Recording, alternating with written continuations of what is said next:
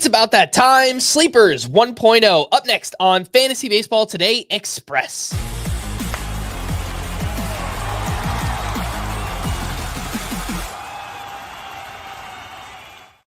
Welcome into FBT Express on Friday, January 31st. I am Frank Stampfl, joined by Scott White. This is Sleepers 1.0. We're going to go back and forth. And Scott, we are starting with you. Bichette. That's right. That Bichette. Last year, sleeper this year. Yeah, it totally knocks me out how late he's going in drafts. Doesn't make any sense at all. I always thought he was overrated, like last year, for instance, when he was going in round 3. But now he's being drafted 120, 130 overall. We're talking around 10, 11 beyond. And that's just insane to me. And the only reason I can think that it's happening is because Bichette hit 225 last year. Okay, fine. He was hurt. You know, he was on the IL twice with the same calf injury.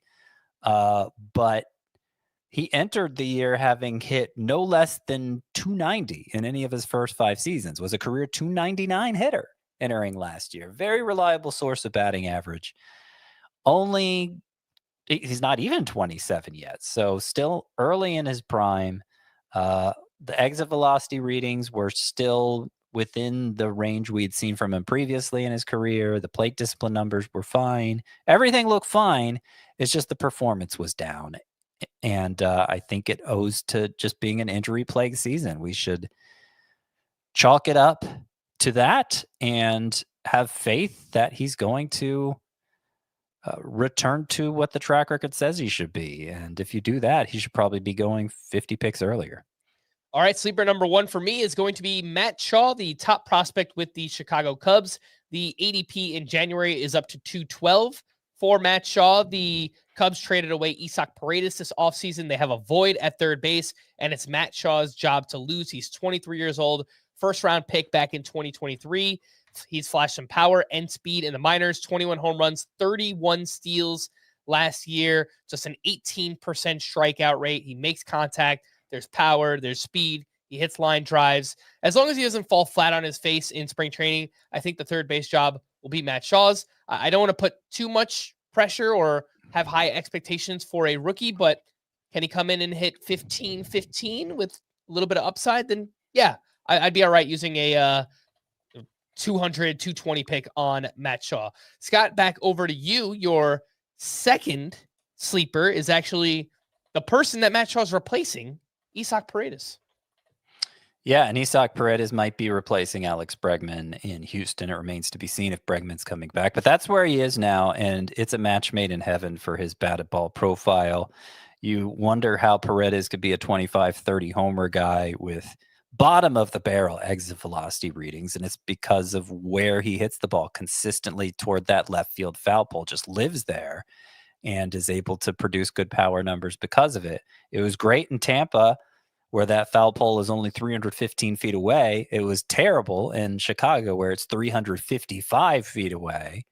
And we saw the huge decline in production for Paredes during his half season with the Cubs. Traded now to the Astros, where, again, it, like Tampa, 315 in that left field corner. But not only that, the Crawford boxes there make it shallower pretty much all the way to straightaway left. So that gives Paredes even more margin for error there with where he locates that batted ball. And I think we're going to see huge production from him. I think expected home runs there, if he played every game there last year, was 26, which is exactly the same number Alex Bregman hit for the Astros last year. I think Paredes is basically going to perform like Bregman for the Astros. And the ADP, 196.6 for Isaac Paredes. I think a totally fine fallback option at the third base position. Let's take a quick break, and we'll be back right after this. I've been home when I see the faces that remember my own. When I'm with my friends, I feel home. Welcome back in. My next sleeper is going to be Jesus Luzardo, traded over to the Phillies back in December. Last season was a disaster. ERA up around 5, a 125 whip.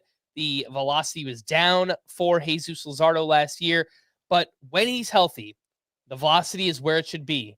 We saw that he can be a very serviceable pitcher across 2022 and 2023 with the Marlins, a 3.48 ERA, a 1.15 whip, 10.6 K per nine for Jesus Luzardo. His ADP just last offseason was 86.9, a top 90 pick. Now he's going outside of the top 250. The floor is very low. There's a lot of injury risk with Jesus Luzardo, but taking him outside the top 250, if he gives you nothing, that's fine. The upside is he turns back into an SP2 or SP3 for fantasy. So I do like this sleeper pick of Jesus Luzardo. Scott, over to you for another one. Ryan Mountcastle.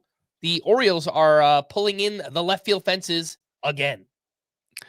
Well, they're moving them back. They had pushed them out 30 feet for the entire length of left field 3 years ago, and it just made it a disaster for right-handed power hitters, which is what Ryan Mountcastle is. The year prior to that, he hit 33 home runs. Since then, though, it's been a struggle, even though his exit velocities have gone up. By the exit velocities, Mountcastle is a legit power hitter. So now that they're moving the fences back in 13 feet in some places, 26 feet in others, I think we're going to see that power come back for Mountcastle. You look at his expected home runs by ballpark and some neutral places around the league. He'd have close to 15 home runs over the previous 3 years if he played there instead of Baltimore. I think that's how the new Camden Yards will play, and Mountcastle will be a 25-30 homer guy. At a position, first base, by the way, where it's easy to get left behind if you're not intentional about it early. I like the fallback potential there for Mountcastle. All right, one more for me is going to be Reese Olson with the Detroit Tigers. I think Olson is legitimately good. He's got two awesome whiff pitches with whiff rates over 42%, the slider and the changeup. I do think he's a tweak away from being an even better pitcher. The fastball gets hit hard. The sinker is better. So if we get less fastballs, more secondary stuff, maybe working that sinker a little bit more, I think we could see another step from Reese Olson. Great ballpark to pitch in, great division to pitch in the AL Central, and improving Detroit Tigers team. I do like getting Reese Olson as a bench piece with upside for this upcoming season. The ADP right around 280. Scott, bring us home. One more sleeper pick. I'll let you choose. Either Michael Conforto or Clay Holmes. Up to you. So let's do Michael Conforto, who had his highest exit velocity readings in years last year. Had kind of struggled the first few years back from shoulder surgery, but the exit velocities were back up. Why was his production not better? Well, he hit 20 home runs, only 3 at home. So I think it was a bounce back season for Conforto. It was just masked by a really oppressive environment for him in San Francisco.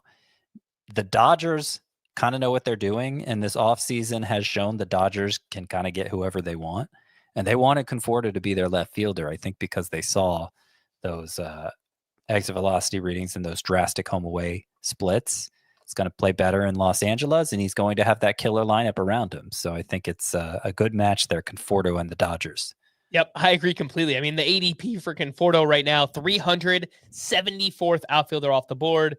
Definitely a name you should be looking at in 5 outfielder leagues. For more extensive fantasy baseball coverage, listen to our full-length podcast, Fantasy Baseball Today, on Spotify, Apple Podcasts, or anywhere else podcasts are found. Thanks for listening to Fantasy Baseball Today Express, and we will be back again tomorrow.